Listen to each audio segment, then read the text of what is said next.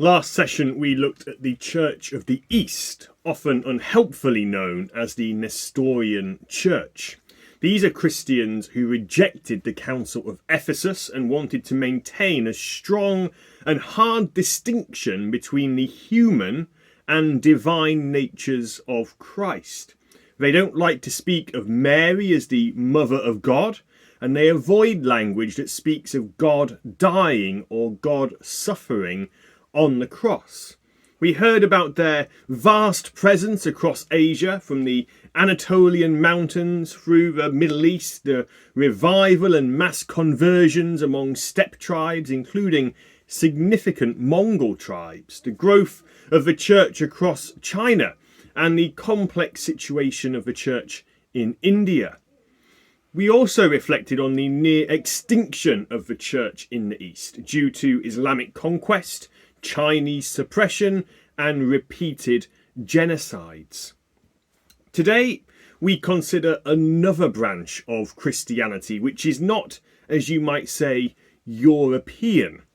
The Church of the East was not the only church to break itself away from the church within the Roman Empire, nor did the church in the East have a monopoly on Asian Christianity, though it's rather odd to speak of Asian Christianity, given that Christianity by its origin is a fundamentally Asian religion. The other main contender church in Asia is what is now known as the Oriental Orthodox Church, the Orient being a fancy word for the East. The name Oriental Orthodox Churches was only coined in 1965, but it's the best term to use, as the other historically popular name, Monophysite Churches, is rather insulting and quite deeply misleading. Like many larger church bodies in the world, the Oriental Orthodox Church is not monolithic. Instead, it is made up of 6 independent, unique churches, with no one bishop being over any of the other churches. And these 6 churches are split, with 3 being mainly based in Asia and 3 being mainly based in Africa. The 3 Asian churches are the Armenian Apostolic Church, the Syriac Orthodox Church of Antioch, known more commonly as the Jacobite Church, and the Malankara Orthodox Syrian Church. The African churches are the Coptic Orthodox Church of Alexandria and the 2 Tewahedo Orthodox churches, namely the Ethiopian Orthodox Church and the Eritrean Orthodox churches. These African churches we'll consider in our next session. And these 6 different churches also use different rites or liturgies for their worship. The Armenian rite is used by the Armenians, and it's quite heavily influenced by Western churches over the years. The West Syriac rite is used by the Syrian Jacobites and the Malankara Indian churches. And finally, the Coptic Alexandrian rite is used in Egypt, Ethiopia and Eritrea. So what is it that binds these 6 churches together when they're using 3 different kinds of liturgy? In most things, their theology and spirituality is very similar to the Eastern Orthodox churches, the Greeks and the Russians, etc. But they disagree fundamentally on Christology. Let's think back. They strongly rejected the teaching of Nestorius and the Church of the East that spoke of 2 separate natures, even possibly 2 separate persons, divine and human. They also rejected the Council of Chalcedon, which seemed to use similar language.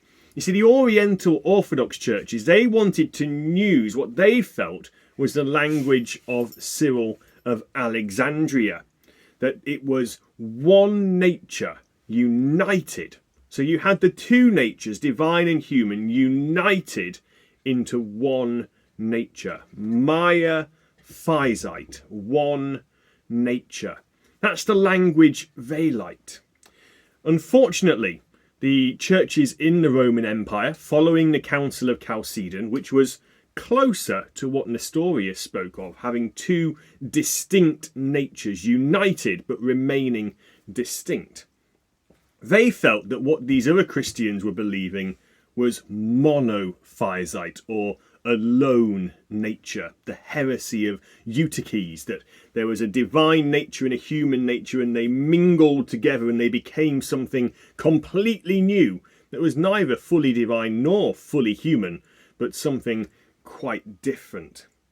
So, although these Oriental Orthodox Christians disagreed with the Council of Chalcedon in 451, they weren't happy with its formulation. They wanted this miaphysite, one nature.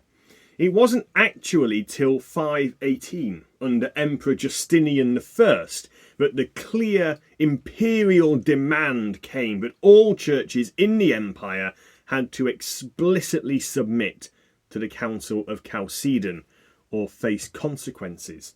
It was Justin who replaced all the bishops in the empire, mainly in Egypt and the east coast of the Mediterranean, with those who agreed with Chalcedon. And thus the Oriental Orthodox Churches, which were still within the confines of the empire, went into exile, setting up their own parallel structures, their own bishops alongside the Chalcedonian Roman Empire bishops, and they sought to weather the storm. So with that brief introduction to the theological reason for this split, let's have a look at two of the Asian branches of the Oriental Orthodox Churches, starting with the Armenian and then the Syrian Jacobite churches. After reflecting further on our last session, I think it's worthwhile devoting a whole session actually to the history of the church in India, which will cover what we went over in our look at the Church of the East, but also the Oriental Orthodox and the Protestant churches within India. So, let's start with Armenia. Armenia was, according to tradition, evangelized through the apostles Bartholomew and Thaddeus in the 1st century. And though many people converted within the kingdom of Armenia, which was an independent kingdom, but often very much so under the sphere of influence of either the Roman or the Persian Sassanid Empire. Although many converted, persecution was very common in the first few centuries. But this changed when a man, a saint, named Gregory the Illuminator, converted King Tiridates III to Christianity.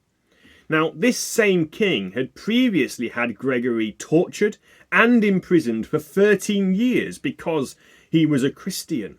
But in 301 AD, Gregory cured the king of a bizarre, terrible disease. And in doing so, the king converted to Christianity. He made Gregory the head of a new national Armenian church. And thus, in 301 AD, Armenia became the first nation on earth to make Christianity its official and only state religion. The king would spend the final 29 years of his life trying to eradicate paganism and Zoroastrianism from his kingdom, with the tearing down of shrines and temples and the burning of books and the erecting of monasteries and churches and the ordaining of ministers and bishops.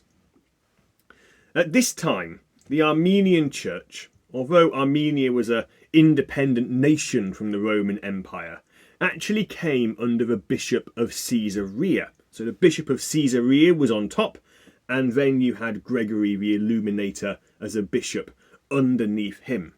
And it was in this capacity that they attended the First Council of Nicaea. And yet even at this time there were growing differences in practice in how worship was conducted between the church in Armenia and the church in the rest of the Roman Empire around Caesarea or Antioch or Jerusalem. In the 5th century, the Bible was finally translated into Armenian, with the man who did this inventing the Armenian alphabet still in use today. And it was at this time that the increasingly unique Armenian liturgy way of worshipping came into being. And it was a pick and mix of Byzantine and Latin and Syriac traditions. And it was also translated into native Armenian. Even today, the Armenian Church is unique with a quite Western, almost Latin style of service. The bishops wear mitres, much as bishops today in the Church of England or the Roman Catholic Church do, rather than the crowns that are common throughout most of the East. Unlike Eastern churches, there's no massive screen covered in icons hiding the view of the altar.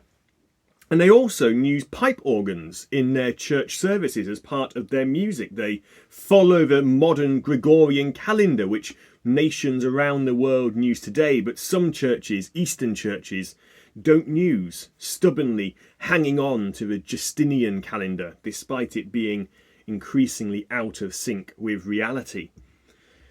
Now, at first, the church in Armenia didn't seem to oppose the Council of Chalcedon. It didn't seem to impact them much at all, and they were not present at that council. But conflict stirred because of a church in Georgia, which were on their doorstep, being very strongly in favour of the Council of Chalcedon and wondering what was the thought of the Armenian Church. In 554 AD, at the Second Council of Devin, the Armenian Church officially rejected the Council of Chalcedon and accepted the Miaphysite theology of Cyril of Alexandria, thus breaking from the standard teaching of the church within the Roman Empire. Now, for centuries, being nestled in the Caucasus Mountains, the Armenian Church has been the centre of Armenian national and ethnic identity, the three often being indistinguishably merged. For much of history and for many today, to be Armenian is to be part of the Armenian Apostolic Church. But the church has faced great hardship. In the 11th century, the Armenians came under the control of the Seljuk Turks, who were Muslims. And although this didn't do much to weaken the church due to its isolation in mountainous regions and its strong ethnic nature, nonetheless, it was still problematic. The church had avoided the destruction of the Mongols or the genocides of Tamerlane, which so eradicated Christianity across Iraq and Iran and Central Asia. But by coming under the Turks and then the Ottoman Empire, things were going to end badly. The Armenian people, and thus the Armenian Church, would be brutally massacred in the early 20th century during what is known as the Armenian Genocide. As the Ottoman Empire fragmented leading into World War I, the Armenian people desired independence, and this desire led from 1915 onwards to the killing of over or around 1 million men, women and children by the Ottoman state. Hundreds and thousands more women and children were forcibly converted to Islam and integrated into existing Muslim households. During the Turkish War of Independence, which gave rise to the modern nation of Turkey, the massacres and ethnic cleansing continued. The Armenian and the Syrian genocides and the forced expulsion of the Greek Orthodox and Syrian Christians from the lands of modern-day Turkey were the foundation of the modern Turkic state. In 1910, more than 20% of what is modern-day Turkey was Christian. Today, it's 0.2%. To this day, the state of Turkey denies that any crimes were committed against the Armenian people. And sadly, to this day, the government of the United Kingdom refuses to recognise these massacres as genocide, although the devolved governments of Wales and Scotland have done so. only 32 nations recognise what has occurred for what it was. Now, there have been some divisions within the Church of Armenia, with a small breakaway church being now in full communion with the Bishop of Rome and thus part of the wider Catholic Church rather than the Oriental Orthodox Church.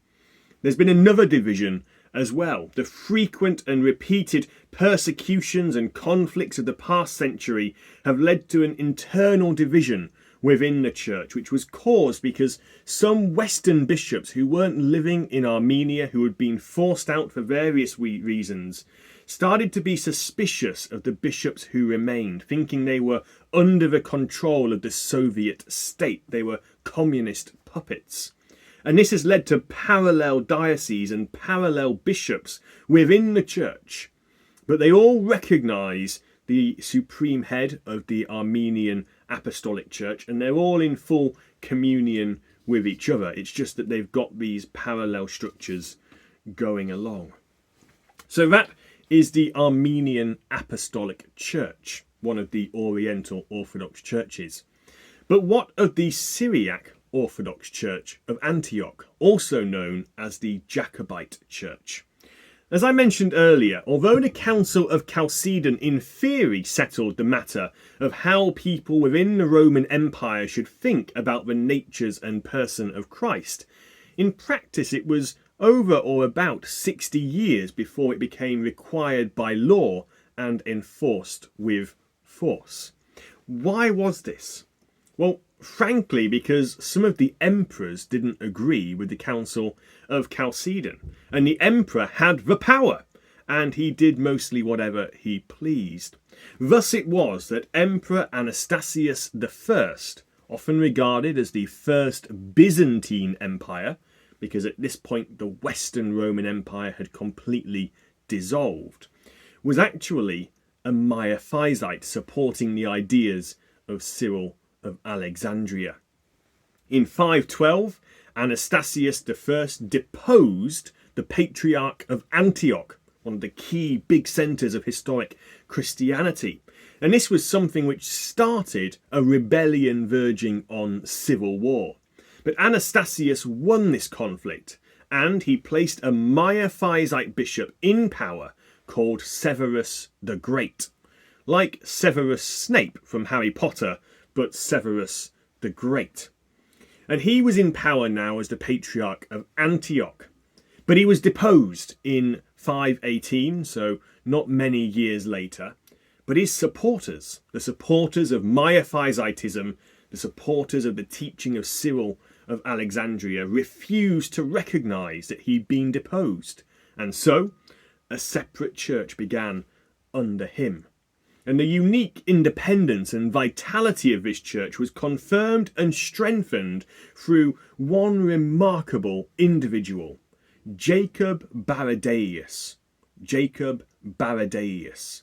He was Bishop of Edessa from 543 to 578. And Jacob was a prominent missionary, a miracle worker, including not just healings, but even giving a vision to the Persian army leader who was besieging the city of Edessa, leading him to abandon the siege and thus save the city.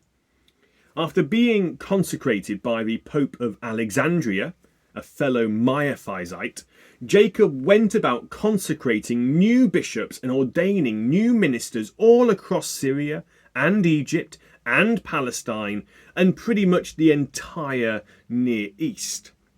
Now, at various points, the Roman Empire tried to have him arrested, but he wore a disguise, the disguise of a beggar with ragged clothes. And ragged clothes is what the word Baradaeus refers to in Jacob Baradaeus. And though he continued to hide, at other points he spent various amounts of time with the Roman emperor, with various top ministers from the churches within the Roman Empire, trying to bridge the divide between those who followed the Council of Chalcedon and his fellow Miaphysite brothers who followed Cyril of Alexandria's teaching. But it was all to no avail. In 571, Jacob even managed to head up a group of bishops from his churches who signed an edict saying that they agreed with the Council of Chalcedon in its core belief. They just expressed it in slightly different language. Yet for all of his personal attempts and mastery of diplomacy and level-headedness, hotter heads among the churches that he helped to establish and found would ultimately prevail. They would revoke this edict and demand that there was a harder split, and those who followed in the Roman Empire the teaching of the Council of Chalcedon were to be seen as heretics. From then on, the churches in the Roman Empire would be known among the Jacobites as Melkites or Melkite Christians, the followers of the ruler or the followers of the emperor, which in the Syriac language was the word Malko. And they were seen as sellouts. They were secular power puppets dancing to the emperor's strings instead of the followers of a real saint, a man like Jacob. So, disagreement between the churches continued. But disagreement also spread within the Oriental Orthodox Churches between Antioch and Alexandria. You see, in 576, there was a dispute between Egypt and Syria about who should be bishop of Antioch.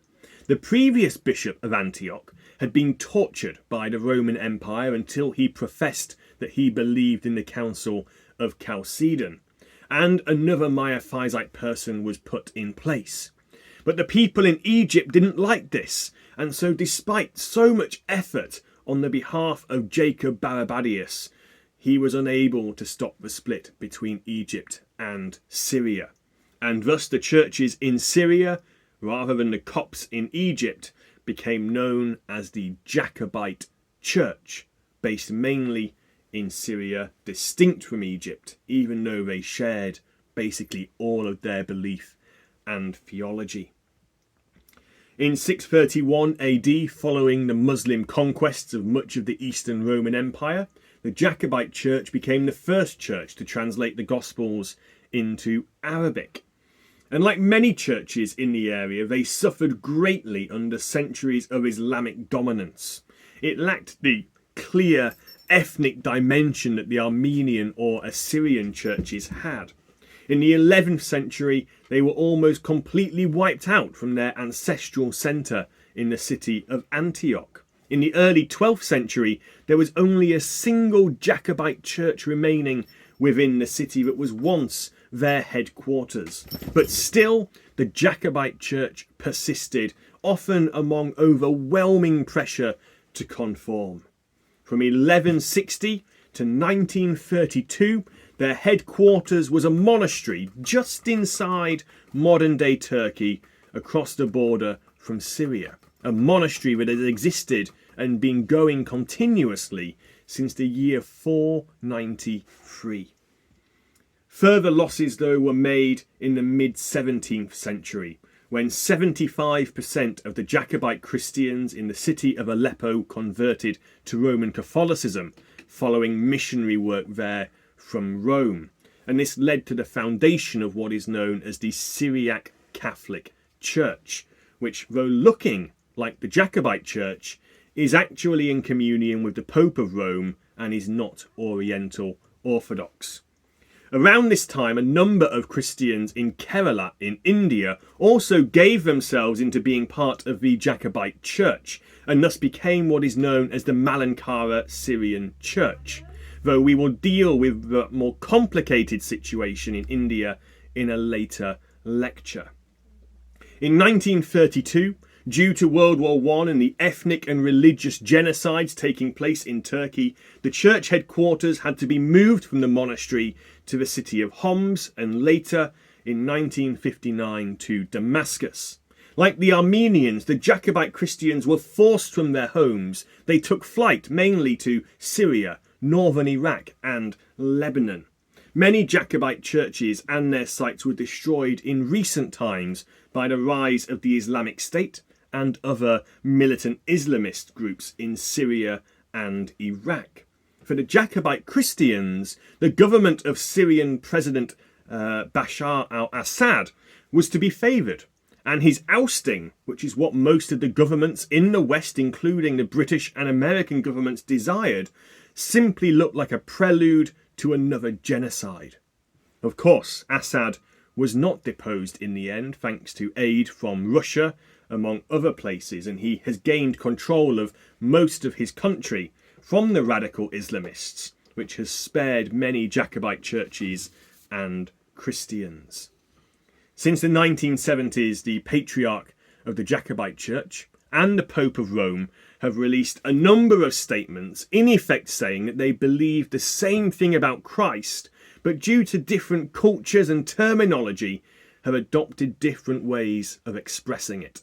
Finally, the desire of their founder, Jacob Baradaeus, has come to be seen, that this is a misunderstanding and it's okay to express these things in slightly different ways. Though not in communion with each other, this is a major step forward for relations which have been fractured so deeply since the 5th century. So that is the Armenian and the Jacobite churches within what is known as Oriental Orthodoxy. Next week we will look at the African branches before once again casting our eyes to try and understand the complex history of the church in India.